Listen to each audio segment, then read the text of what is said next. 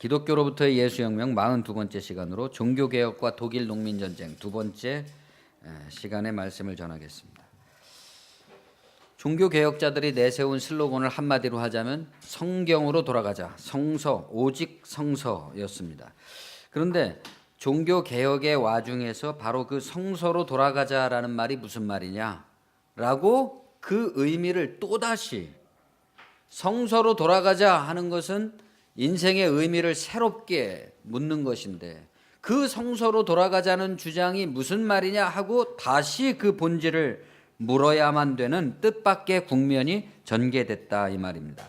이 사건이 1524년부터 25년 사이에 중부 유럽의 독일어권 사용 지역에서 벌어졌던 광범위한 농민들의 항쟁인 독일 농민전쟁입니다. 기왕의 종교개혁이 일어났고 그것이 어느 정도 성취를 이루어가고 있는 마당에 왜 이 농민들은 새로운 항쟁에 돌입해야만 됐고 왜 이런 변수가 생겨야만 됐을까요? 마치 1517년에 러시아에서 부르주아 혁명이 성공했는데 곧 이어서 프롤레타리아 혁명이 벌어졌던 것처럼 지난 시간에 이어서 독일 농민전쟁을 통해서 종교개혁 500주년을 맞는 이 시점에 우리들의 어떤 현재적 그리고 미래적 의미를 다시 한번 생각해 보고자 합니다. 1302년 우리나라로 치면 고려 충렬왕 시기에 교황 보니파키우스 8세라는 양반이 교회에 대한 국가의 세금 징수에 항의하면서 교회의 권위가 세속의 권위보다 더 높다는 취지를 밝힌 교서 우남상탐이라는 교서를 발표했습니다. 그러니까 교황이 세속 군주보다 더 높으니까 세금을 내려면 세속 국가가 교회에게 내야지 되는 거지 교회가 국가에다 세금을 내는 것은 말이 안 된다. 요즘 목사의 그 세금 문제로다가 말이 많지 않습니까? 그런 비슷한 거죠. 이거는 마치 고대 동양에서 황제가 있고 여러 제후들이 있는데 제후들이 오히려 패권을 차지하면서 황제를 무시하니까 황제가 내가 너희들보다 더 높다 이렇게 선언한 거나 마찬가지죠. 상제로부터 천하를 위임받은 천자가 패권을 차지한 각지의 제후들에게 밀리고 있는 겁니다. 그런 것처럼 교황이 세속 군주들에게 밀리는 처지가 된 거죠. 결과적으로 이런 우남상탐을 발표했지만 보니파키우스 8세는 프랑스 왕에게 붙잡혀가지고 억류가 되고 이후 프랑스 아비뇽과 로마의 교황이 2명 혹은 3명씩 난립하는 그런 촌극이 벌어집니다. 그러니까 교황권이 완전히 추락한 것을 보여주는 거죠. 이미 교황의 권위를 사람들에게 인정받기에는 너무나도 교회 안에 부패가 만연되어 있었다 이거죠. 그 부패가 주로 뭡니까? 성직 매매와 축첩 문제입니다. 오늘날 한국교회가 처해 있는 어떤 성추행 문제와 세습 문제 똑같은 얘기죠. 존경을 받을 만한 정당성을 상실하고 있었던 겁니다. 곳곳에서 이 로마 카톨릭 체제와 이 교황의 권위에 대한 각성과 비판이 일어나고 있었습니다. 영국에서는 14세기에 위클리프라는 사람이 성직 매매와 교회의 재산 소유를 반대하면서 개혁을 주장했습니다. 잘 생각해 보십시오. 성직 매매와 교회의 재산 소유. 이게 오늘날 우리들이 안고 있는 한국교회가 안고 있는 세습의 두 가지 측면이죠. 성직 매매, 교회의 재산 소유. 위클리프는 최초로 라틴어에서 영어로 성경을 번역한 인물인데 에이브라함 링컨이 자기의 것인 것처럼 해서 유명해진 국민에 의한 국민을 위한 정부라는 사상을 처음으로 주창한 선구적인 민주주의자였습니다. 그러니까 한반도에서 고려의 공민왕의 개혁이 실패로 돌아가고 이성계를 위시한 신흥 세력들이 사대부의 나라를 건설하려고 하고 있을 때 영국의 위클리프는 국민에 의한 국민을 위한 정부, 성서를 제대로 알면 이런 정부를 만들 수 있다 이런 주장을 했던 겁니다. 그러나 이런 사실이 간과되고 위클리프는 대개 성경 번역의 효시인 것으로만 기념되고 있죠. 이 사람의 영향을 받은 1세기 후의 신학자 보헤미아의 후스라는 사람이 있었는데, 얀 후스라는 사람이 있었는데, 이 신학자가 여전히 교황 제도의 타락에 항의를 합니다. 그는 성경으로 돌아갈 것을 주창했는데, 이 사람의 특징은 특히 설교를 통해서 성도들에게 비타협, 비가담의 직접 행동을 촉구했다. 직접적 행동. 그래서 보헤미아 지방의, 오늘날 체코 지방의 그 소귀족들과 농민들을 각성을 시키게 됩니다. 지금 교황 체제와 같은 대형 교회 체제에 적당히 타협하고 가담하고 있으면서, 그렇죠? 자기들도 교황 체제에 적당히 타협하고 가담하고 있으면서 개혁을 이야기하는 것. 이 대형 교회 체제에 적당히 가담하고 있으면서, 몸담고 있으면서, 움직이지도 않고 있으면서 개혁을 바란다고 하는 사람들에게 무엇을 과연 기대할 수 있겠는가? 후스에게 있어서 성서로 돌아가자 하는 설교는 로마 카톨릭뿐만이 아니라 독일과 프랑스 등의 강대국 사이에 끼어 있는 약소 민족인 체코 민족에게 그러한 압박을 받을 뿐만이 아니라 자기들 안에서도 그러한 압박을 주고받고 있다는 것을 자각하게 하는, 말하자면 인간의 자유와 자존을 일깨우는 도구로서 성서로 돌아가자는 거였죠. 그래서 사람들을 각성시켰던 겁니다. 두 사람은 로마 교황청과 대귀족, 고위 성직자들에게 이단으로 정죄를 받고, 또 위클리프는 죽은 다음에 시체가 꺼내어져서 화형에 처해지고 부관 참시돼서 뼈가루가 강물에 뿌려졌습니다. 후스는 산 채로 화형에 처해지게 되죠. 그러나 그들에 의해서 민중의 마음밭에 벌써 뿌려진 하나님의 말씀, 개혁에 대한 열망, 뭔가 바꿔야 된다는 그런 열망은 정죄를 거부하며 두려움 속에서도 무럭무럭 자라나게 되는 겁니다. 위클리프와 후스의 배경을 이룬 것은 르네상스와 인문주의입니다. 문예, 부흥, 휴머니즘. 저항이라는 것은 굳이 무슨 행동적 저항으로 돌멩이를 던져야지만 저항은 아닌 것이죠. 인문주의자들의 성서 원전과 고문서에 대한 비판적 연구.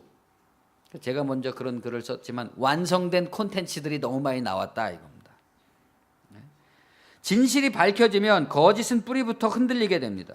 가령 로마 카톨릭은 교황만이 성서의 유일한 해석자다 이렇게 주장하면서 당시 라틴어로 쓰여진 불가타 성경이라는 것을 유일한 성서로 사용하고 있었는데, 원전 연구가 활발해지면서 이 불가타 성서에 오류가 많다는 점들이 밝혀지게 되는 겁니다. 그러니까 오류가 많은 성경을 들고 오직 이것만이 정통이다 이렇게 주장하고 있는 그 자체가 교황의 권위를 추락시키는 거죠. 교황의 세속 지배권의 근거로 선전되어 왔던 콘스탄티누스의 기증이라는 문서가 있었습니다. 콘스탄티누스 대제가 동로마로 가면서 서로마의 모든 통치권을 서로마의 대주교한테 주었다는 것입니다. 그 대주교가 이제 교황이 되는 거죠. 대주교한테 통치권을 주었다는 내용입니다. 그러나 인문학자인 로렌초 발라라는 사람이 언어학적 분석을 통해서 이 문서에 사용된 단어들을 분석해 봤더니 역사 문법적으로 이것은 8세기경에 조작된 문서였다는 것이 밝혀집니다. 교황령의 권위가 위조된 문서에 근거하고 있었던 것이죠. 교황과 그 반대 세력이 그렇다고 그래서 다 인정하고 순순히 퇴장을 했겠습니까? 추락하는 것은 날개가 있다 그런 말이 있잖아요. 하여튼 버텨볼 수 있는 데까지는 버티는 거죠. 이 저항이라는 것은 권위의 회복과 분위기 반전을 위해서 정치, 사회, 심리학적인 이벤트가 필요했습니다. 부패한 대형 교회들이 난데없이 동성애와의 전쟁을 선포하듯이 내부 모순을 외부와의 투쟁으로 타자를 악마화함으로써 자기들 안에 있는 모순을 거기다가 쏟아붓게 만드는 거죠. 그것이 뭡니까? 십자군 전쟁입니다. 주님을 위해서 이교도들을 몰아내고 성지 예루살렘을 탈환하자. 주님을 위해서 목숨을 바치면 천국에 가고 모든 죄가 사함을 받는다. 이렇게 해서 사람들을 끌어모으게 되죠. 그 대장이 누굽니까? 교황입니다. 그래서 그것을 통해서 남들을 전쟁터에 보내서 피 흘리게 함으로써 앉아서 코를 풀으려고 한 거죠. 그리스도를 위하여라고 했지만 담임 목사와 그 아들을 위한 것이 되는 것처럼, 그리스도를 위해서라고 했지만 교황을 위해서 동원된 전쟁이었던 겁니다. 그 증거가 십자군 전쟁에 참가한 사람들의 면면을 보면 알 수 있다 이겁니다.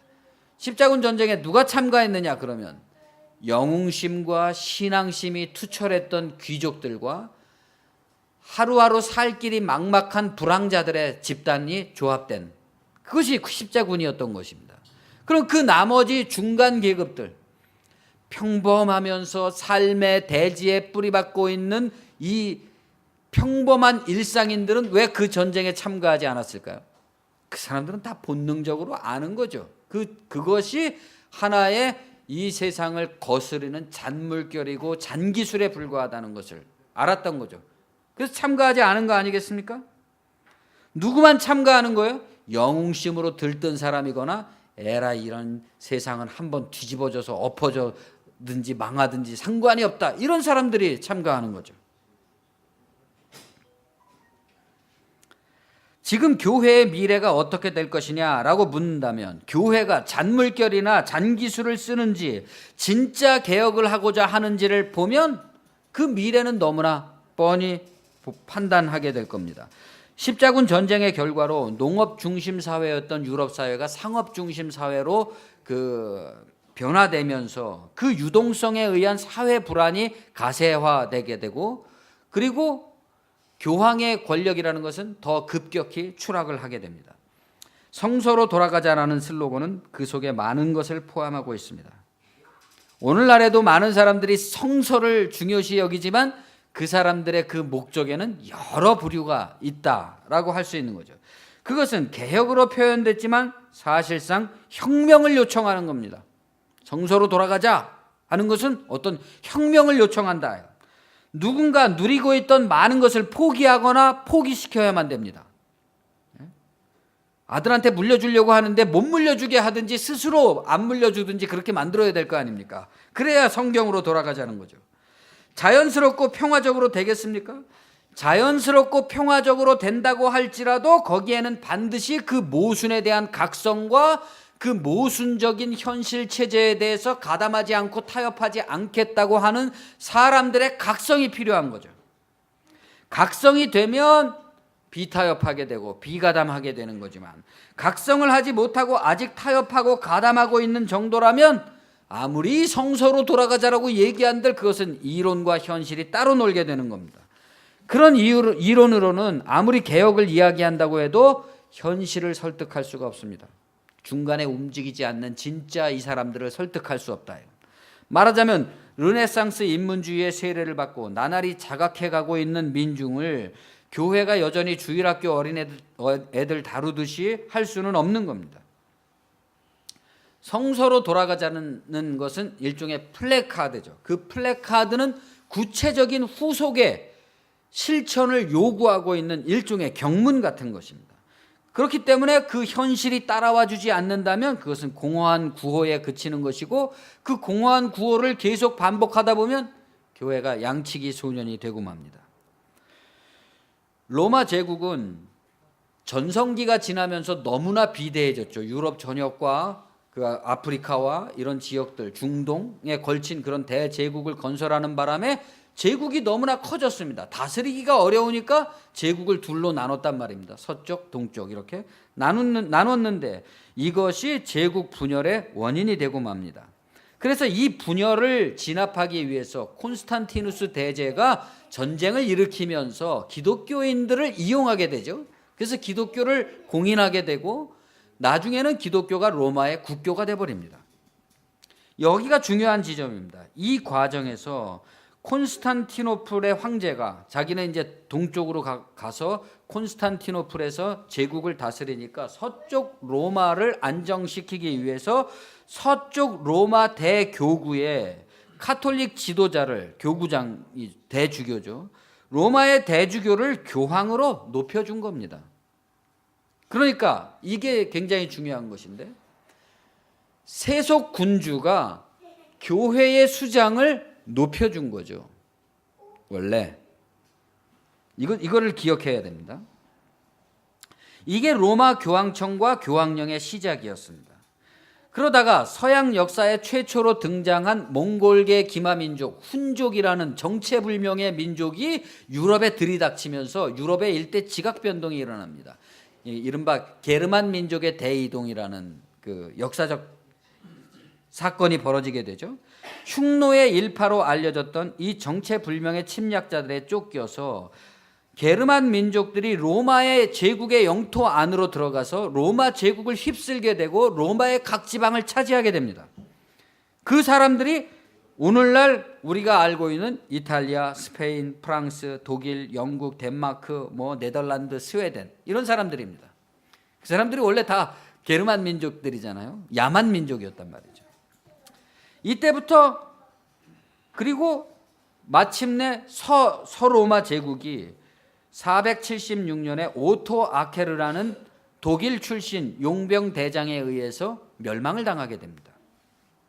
그러니까 이때부터 나라는 망했는데 교회는 살아남았단 말이죠. 살아남기 위해서 로마 교황들의 생존의 몸부림이 시작되는 거죠. 게르만족이 세운 프랑크 왕국이 오늘날의 프랑스와 독일로 이렇게 나눠지게 되면서 교황에게 기회가 생깁니다. 독일 지방을 통일한 왕에게 교회의 통치자로서 로마 제국의 왕관을 씌워주게 됩니다. 이것이 신성 로마 제국이라는 나라가 탄생하게 되는 배경이죠. 그때부터 세속 군주들의 각축과 모반과 반란 속에서 교황은 민중들의 신앙심을 이용해서 신성 로마 제국 황제들의 대관식을 주관하게 됨으로써 아까는 세속 군주가 교황의 권위를 높여줬는데 이제는 어떻게 된 겁니까? 세속 군주보다 자기가 높아진 거죠. 이런 역사를 갖고 있다 이겁니다. 종교개혁 당시 독일은 2500여 개의 크고 작은 영주들이 신성 로마 제국이라는 틀 안에서 서로 각축을 하고 있었습니다. 황제도 있었고 제후들도 있었다. 이런 분열이 독일 역사에 있어서 통일국가 수립이 늦어지게 된 이유인 거죠. 그래서 이 사람들이 국가를 되게 좋아하게 되는 이유가 있어요. 서로 오랜 동안 분열되어 있었기 때문에. 황제는 제국의 수장이지만 영주들은 구체적인 자치권을 갖고 있었습니다. 그러니까 서로의 권력이라는 것이 황제라 그래서 다 마음대로 하는 것도 아니고 제후들이라 그래서 약한 것도 아니다. 황제의 소원이 뭐였겠습니까? 다 강력한 중앙 집권을 이루는 게 황제의 유일한 소원이었겠죠. 그러나 제후들이나 옆집의 프랑스 왕이나 로마의 교황은 절대 그것을 원하지 않았겠죠. 황제가 절대 권력을 갖는 걸 원하지 않았겠죠. 그러니까 황제는 자기의 권력을 유지하기 위해서 독일 지방의 제후들에게 힘을 합쳐서 로마의 교황에 대항하기 위해서 제후들에게 화폐 주조권이라든가 세금의 권리라든가 이런 것들을 인정해 주면서 연합전선을 펴게 되는데 그 결과로 제후들의 힘이 너무 세졌다. 그래서 분열이 더 가중되는 겁니다. 이것이 바로 종교개혁 전야의 마르틴 루터의 독일 지방에서의 종교개혁이 성공할 수 있었던 배경이 되는 겁니다. 황제는 친카톨릭, 제후들은 반카톨릭.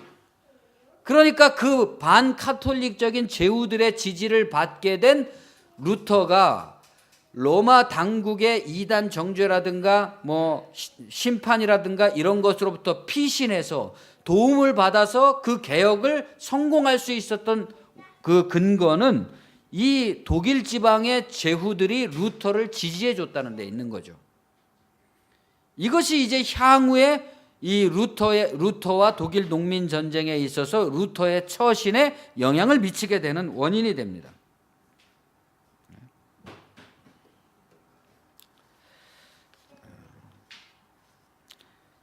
황제와 제후들의 입장과 역할 차이가 루터의 종교 개혁의 성공의 배경이 되었고, 그 가운데서 로마 교황은 제후들의 루터에 대한 비호 때문에 조기에 루터를 이단으로 정죄하고 화형시킬 수 있는 기회를 놓쳐버리게 됨으로써 이제 일어나게 되는 거죠. 독일 농민 전쟁은 루터의 개혁이 어느 정도 성공한 그 지점에서 발발하게 됩니다.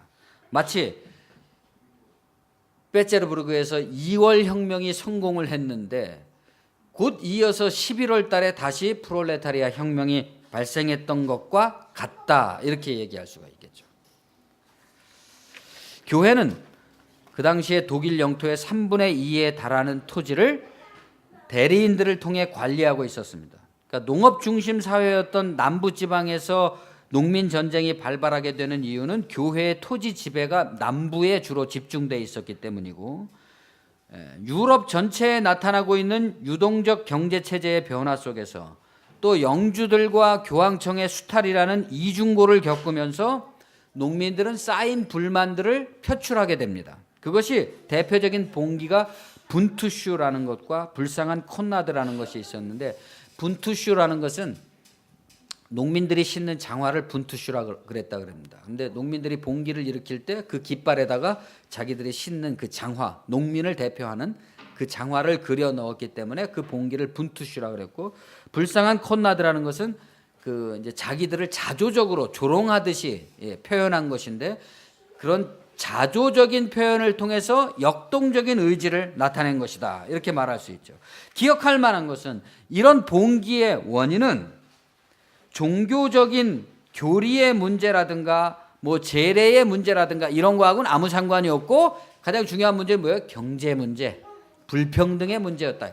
이대로는 못 살겠다, 먹고 살게 해다오, 뭐 이런 거죠. 여기에 몰락한 기사나 일부 분홍들이 참가하게 되고, 그것이 반카톨릭이라는 명분으로 윤리적 정당성을 갖추게 되는 것이고, 이러한 농민들의 어려운 환경 속에서 종교개혁, 루터의 종교개혁이 일어났기 때문에 농민들의 강렬한 지지를 받게 됐던 거죠. 그리고 농민들은 루터의 종교개혁을 통해서 뭔가 변화가 일어날 것을 강렬하게 기대를 하게 됩니다. 정리하자면 황제와 영주와 교황의 대리인들의 수탈, 그 모든 것을 지배하는 카톨릭 체제에 대한 반감, 이대로는 살 수 없다는 모종의 변화의 압박, 이런 것들이 종교개혁의 원동력이었던 겁니다. 그러니까 단순히 거기다가 이제 면죄부 판매가 기름을 부어준 거죠. 그렇기 때문에 종교개혁이라는 것은 우리가 지금 그것을 기념하는 방식처럼 오직 믿음으로 구원받느냐 뭐 하는 식의 그러한 교의, 신학적 교의 혹은 성직 제도에 대한 어떤 논쟁, 이런 것만으로는 생각할 수 없다, 절대로. 500주년을 맞는 아직도 사회 경제적인 문제와 정치적 배경이 거세된 채 순수 종교 분쟁 정도로 종교 개혁을 이야기하고 있는 이 안일함, 그런 사람들이 너무나 많은 거죠. 그것은 다시 말해서 우리가 지금 믿고 있는 종교가 우리의 생존의 문제, 삶의 문제, 이런 것과 너무 얼마나 동떨어진 얘기들을 하고 있느냐, 꿈 따먹는 얘기들을 하고 있느냐. 만일에 교회가 추구하고 있는 하나님의 나라가 우리가 먹고 살고 있는 이 세계에 대한 직접적인 문제라는 것을 세상 사람들이 알게 된다면 누구든지 이 교회의 목소리에 귀를 기울이게 되겠죠. 그러나 지금 교회가 그런 것들을 싹 제거해버리고 마치 그냥 저 높은 곳에서 해당도 안 되는 믿음은 구원은 어떻게 받느냐, 믿음으로 받느냐, 행위로 받느냐, 어쩌고 저쩌고 이런 얘기들을 하게 됨으로써 우리 스스로가 우리의 교회의 입지와 교회에 나아갈 방향을 너무나 축소시키고 있다, 이것입니다.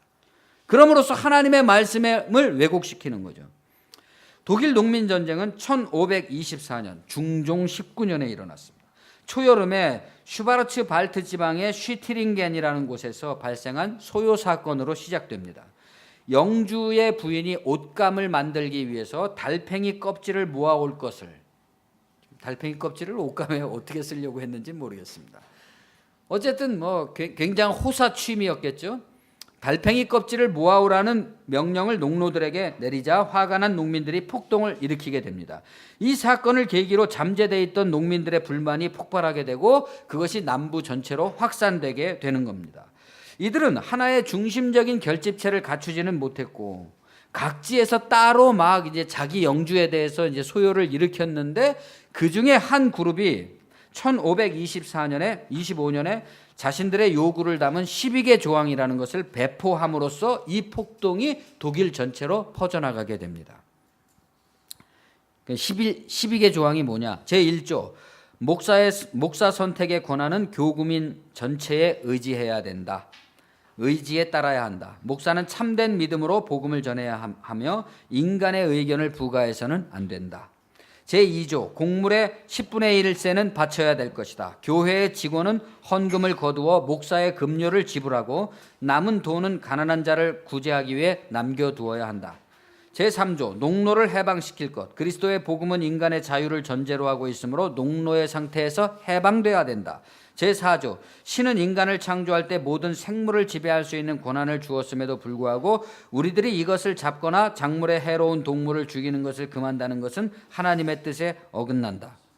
아마 귀족들만 이제 사냥을 하고 뭐 그랬겠죠. 그런 것에 대한 얘기겠죠. 5조 성속을 막론하고 영주가 소유하거나 또는 구입한 것 외의 살림은 전 교구민이 공동으로 사용해야 한다. 6조 농민이 부담하는 노동일은 날이 갈수록 증가하기 때문에 관대한 마음으로 그 부담을 덜어줄 것을 탄원해마지 않는다.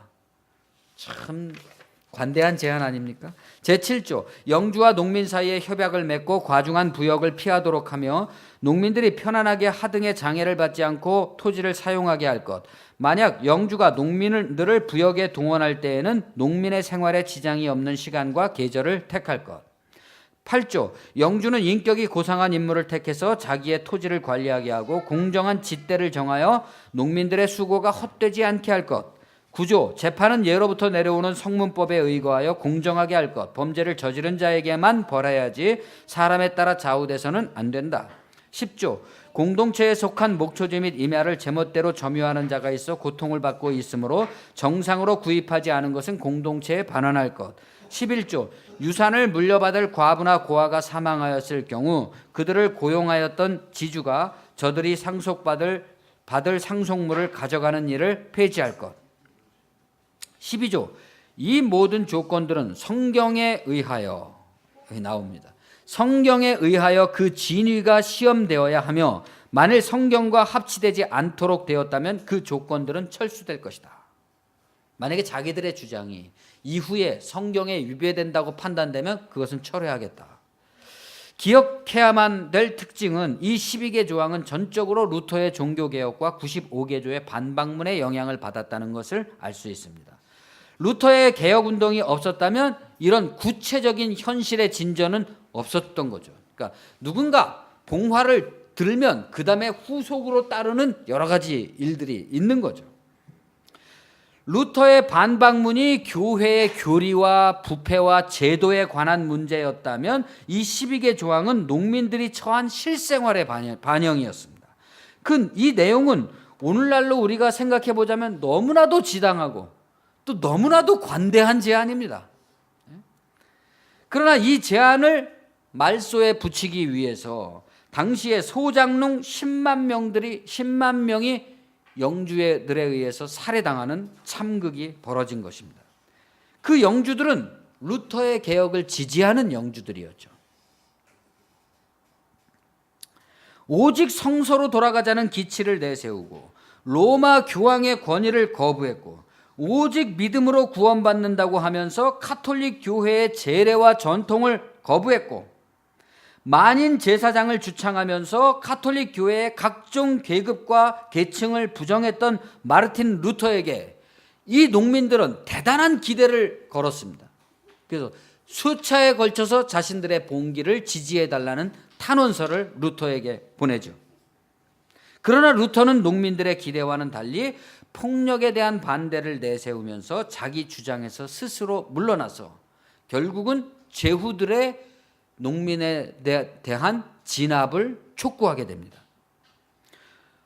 루터와 달리 이 농민 항쟁의 한가운데로 뛰어들어서 그들을 교육하고 조직하고 이끌다 그들과 함께 목숨을 바친 개혁가가 토마스 민처라는 인물입니다. 민처는 스톨베르크 출신의 카톨릭 신부였습니다. 라이프치히와 프랑크푸르트 대학에서 인문주의 교육을 받고 신학 박사가 되어서 중세 신비주의와 교부 철학에 정통한 사람이었다고 합니다.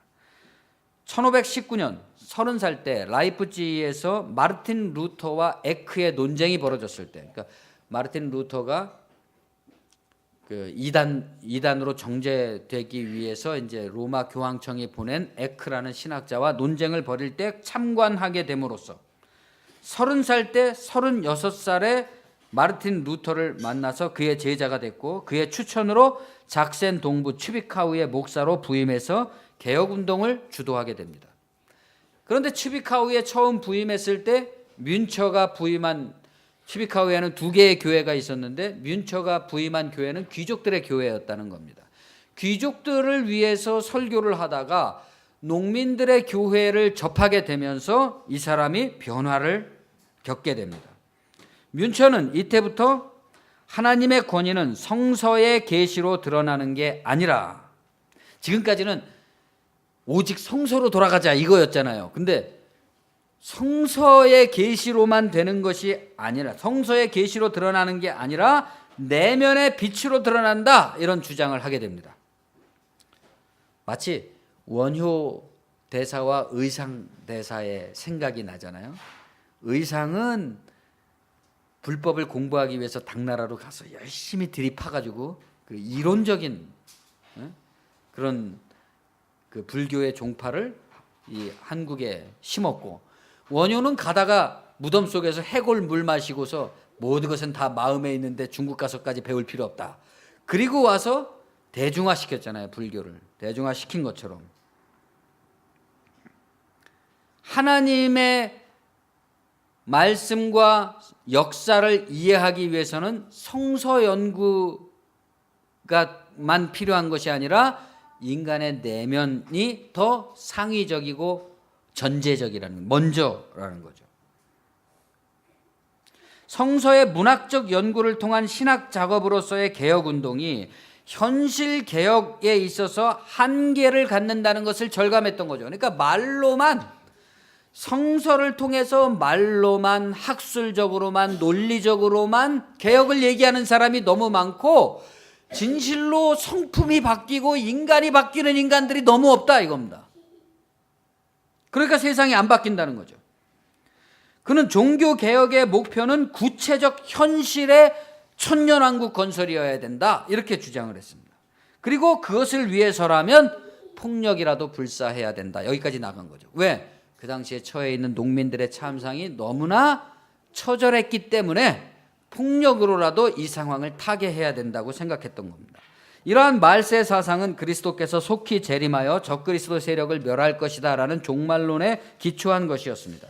물론 여기서 말하는 적그리스도는 로마 교황을 말하는 것이었지만 로마 교황 체제 전체를 말하는 거죠. 뮌처는 로마 카톨릭 체제가 무너져야 된다면 로마 교황과 성직 제도만 무너져서는 안 된다 이겁니다. 삶의 전반적인 조건들이 구체적으로 바뀌지 않으면 안 된다, 여기까지 나가야 된다.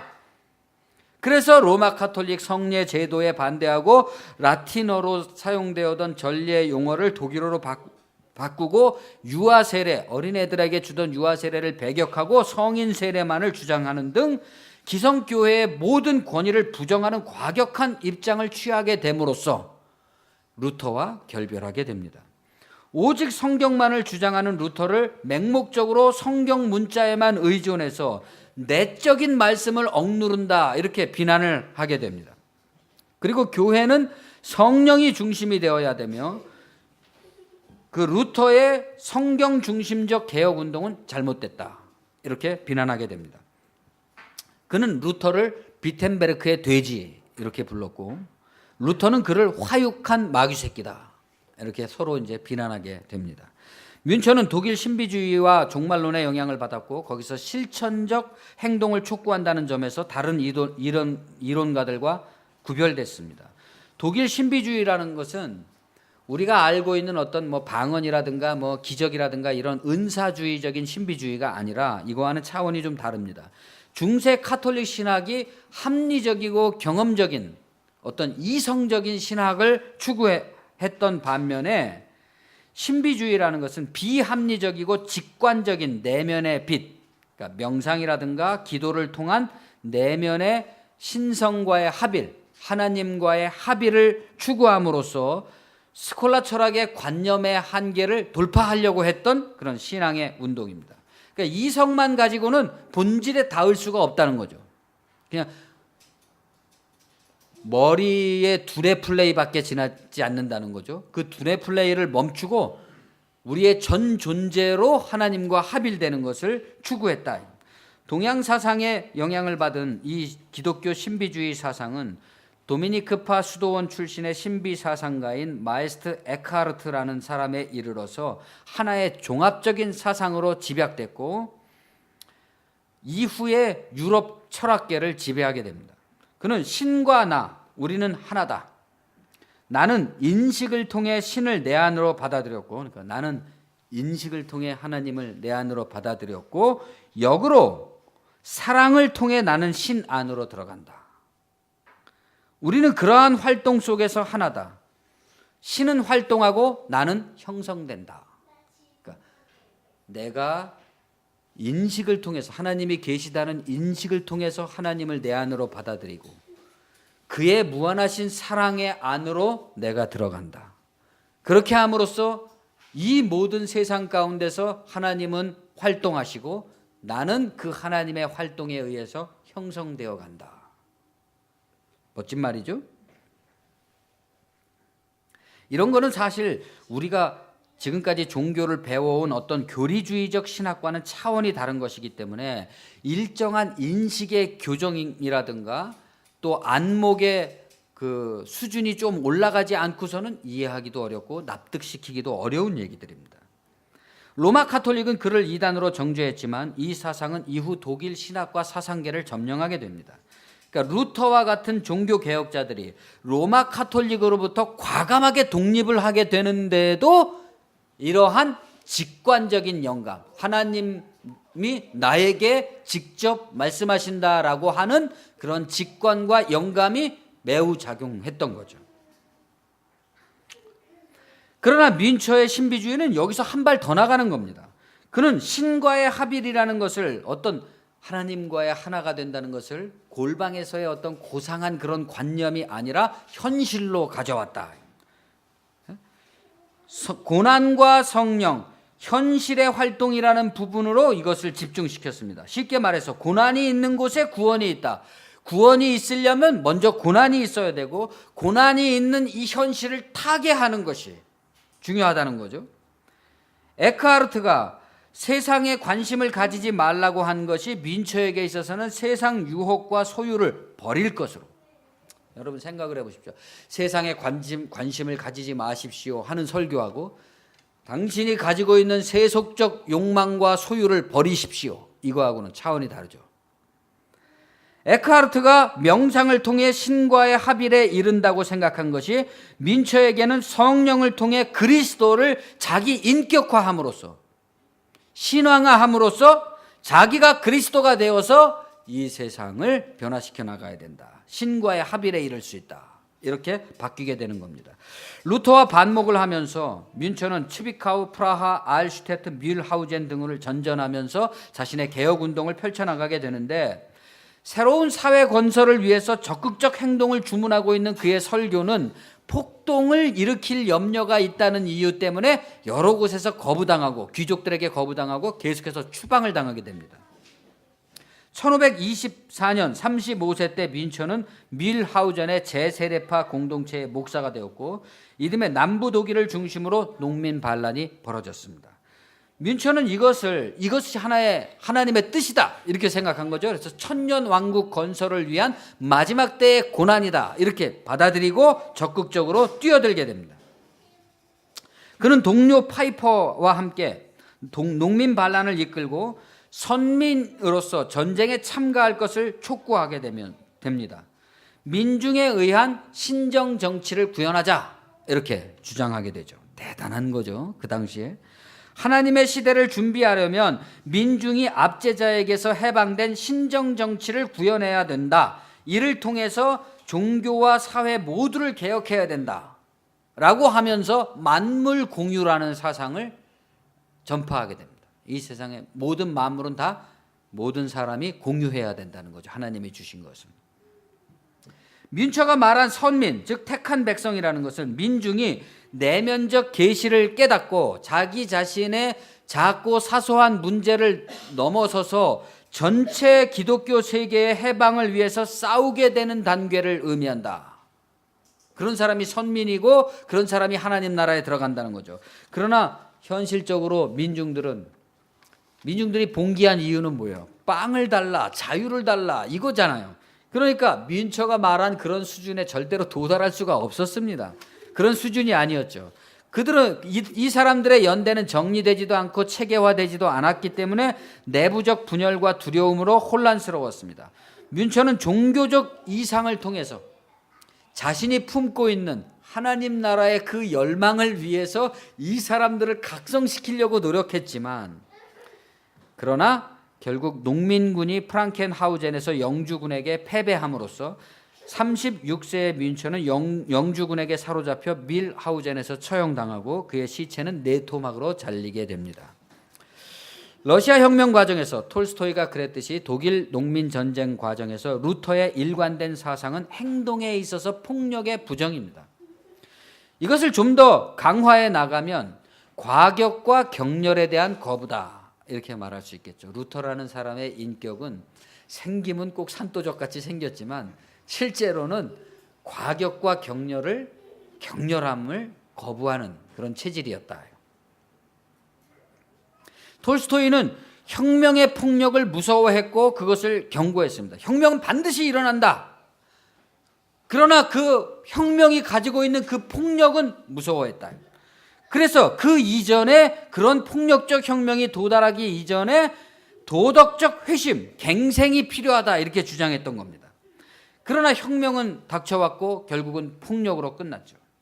루터는 무장봉기를 지지해달라는 농민들의 요청을 같은 이유로 거부했고, 제후들에게는 농민들의 비참한 상황을 타개해 줄 것을 요청했지만 받아들여지지 않았습니다. 영주들의 폭정을 질타했을지라도 농민들의 저항권은 인정하지 않았습니다. 루터는 하나님이 아무리 정당할지라도 하층 계급이 폭동을 일으키는 것을 허용하기보다는 차라리 아무리 악할지라도 정부가 존재하기를 바라실 것이다, 이런 말을 했습니다. 이게 독일 정신입니다. 분명히 루터는 제후들에게 농민들과 화해하고 그들의 요구들을 들어주고 삶의 자세를 바꾸라고 요구를 했습니다. 루터는 제후들과 농부들 모두가 그리스도교적으로 행동할 것을 촉구했습니다. 그러나 결국 어떻게 됐습니까? 영주들은 루터의 제안을 받아들이지 않았고 농민들은 루터의 말대로 자신들을 철회하지 않았고, 그래서 결국은 농민들의 폭력을 영주들의 폭력으로 진압할 것을 촉구하게 됩니다. 개혁운동의 성공을 위해서 독일이 무정부 상태가 되는 것을 바라지 않았기 때문입니다. 루터는 민처가 사형당한 다음에 쓴 편지에서 그를 지상에 나타난 악마, 지상에 나타난 마귀, 이렇게 불렀습니다. 그는 오직 예수 그리스도의 고난이 인간의 유일한 구원이기 때문에 민처가 말하는 자기 고난과 자기 십자가의 신학이라는 것은 순전히 상상의 소산이고 무의미한 것이다, 이렇게 비난했습니다. 자기 과장이다. 또한 민처의 성령주의를 발음이 분명치 않은 강연이다, 이렇게 일축합니다. 성경을 강조한 루터로서는 개인의 어떤 환상이라든가 꿈이라든가 계시라든가 이런 거를 인정할 수가 없었죠. 오직 성서, 그러니까 계시의 직접성이라는 것을 인정하지 않은 것입니다. 오늘날에도 이 두 가지가 사실 싸우고 있는 거죠. 어떤 사람들은 오직 성서만을 주장하면서 성서의 영감만이 인간의 구원이 된다, 이렇게 말하고 있고, 다른 사람들은 하나님께서 우리 자신들에게 계시하시고 말씀하시고 성령으로 인도하신다는 것에 더 창념하기도 합니다. 루터는 민처의 폭력성을 단지 봉기를 야기시키려는 정신일 뿐 그리스도인의 태도가 아니다라고 비난했습니다. 민처가 신앙을 정치적인데 이용하고 있다는 거죠. 그리고 그 유명한 로마서 13장을 근거로 해서 모든 권위는 하나님께로부터 나오는 것이기 때문에 그 권위에 절대 복종하라고 충고하게 됩니다. 저 사탄 같은 폭도들을 개처럼 때려 죽이라. 그러니까 루터가 나중에 이제 농민들이 과격해지니까 막 영주들을 죽이고 그랬단 말이죠. 불지르고. 저 폭도들을 개처럼 때려 죽이라. 이게 충고했고. 그러나 반대편에서 뮌처는 불의한 가나안을 정복하는 기드온, 이렇게 불렸습니다. 많은 역사가들은 루터가 농민들을 깊이 동정했지만 결과적으로 벌어진 폭력 사태를 보고서 생각이 달라졌다, 이렇게 말합니다. 그것은 정당한 변명일지 모릅니다. 혹은 개혁가의 자기 모순과 굴절이다, 이렇게 비판을 합니다. 정당한 비판입니다. 우리는 마르틴 루터의 태도를 지지할 수도 있고 비판할 수도 있습니다. 동시에 그 이후에 전개된 유럽 역사를 설명함에 있어서 마르틴 루터보다는 독일 농민 전쟁이 더 분명한 종교 개혁의 완성과 비전을 보여준다, 예언적으로 보여준다는 것을 인정할 수도 있습니다. 결과적으로 10만의 농민이 살해됐고 독일 사회는 교회와 국가의 연합체로 결속되면서, 그러니까 루터가 말했잖아요. 모든 권위는 다 하나님이 주신 거니까 복종해야 된다. 그래서 루터파 교회는 칼빈파 교회와 달리 국교화됩니다. 국가와 교회가 일체가 되는 거죠. 이것은 나중에 독일이 개인적이면서도 보수적인 사회로 나가게 되는 원인이 됐고, 루터파 교회가 국가의 권위에 복종을 내세우면서 국가 교회로 간 결과 히틀러의 시대에 다시 역설적으로 문제가 되는 겁니다. 나치에게도 복종하라고 하는 루터파 교회들이 나치에 복종하게 되는 결과가 되는 거죠. 종교개혁의 결과로 발생한 독일 농민 전쟁은 오랫동안 파괴와 혼란의 파행을 빚은 반란으로 평가절하되어 왔습니다. 종교개혁의 결과로 발생했음에도 불구하고 종교개혁 역사에서 거세돼 버린 거죠. 그러나 프리드리 엥겔스라는 사람이 독일 농민 전쟁이라는 저술을 통해서 이 사건을 원시 공산주의 혁명으로 규정하면서 종교계 밖에서 재조명이 이루어지게 됩니다. 그 항쟁의 지도자였던 뮌처를 엥겔스는 최초의 영웅적 공산주의자다, 이렇게 평가하면서 그의 만물 공유의 사상을 부활시킵니다. 슈타인메츠라는 학자는 루터의 종교개혁을 초기 부르주아 혁명, 그러니까 러시아에서 2월 혁명이 일어나고 프롤레타리아 혁명이 일어났던 것처럼 마르틴 루터의 종교개혁을 초기 부르주아 혁명으로 규정하고, 독일 농민 전쟁을 그러니까 프롤레타리아 혁명으로 규정한 거죠. 브리클레는 농촌 공동체의 경제적 어려움이 전쟁의 사회적 기원이었다, 이렇게 밝혔습니다. 그러나 블로흐라는 사람은 엥겔스의 사회 경제적인 민중혁명 규정에는 동의하지만 거기에는 뮌처의 기독교 신앙이 중요한 배경이었다는 것을 지적을 합니다. 민중혁명이긴 혁명이지만 본질적으로 종교운동이었다. 종교운동으로서의 민중혁명이었다는 거죠.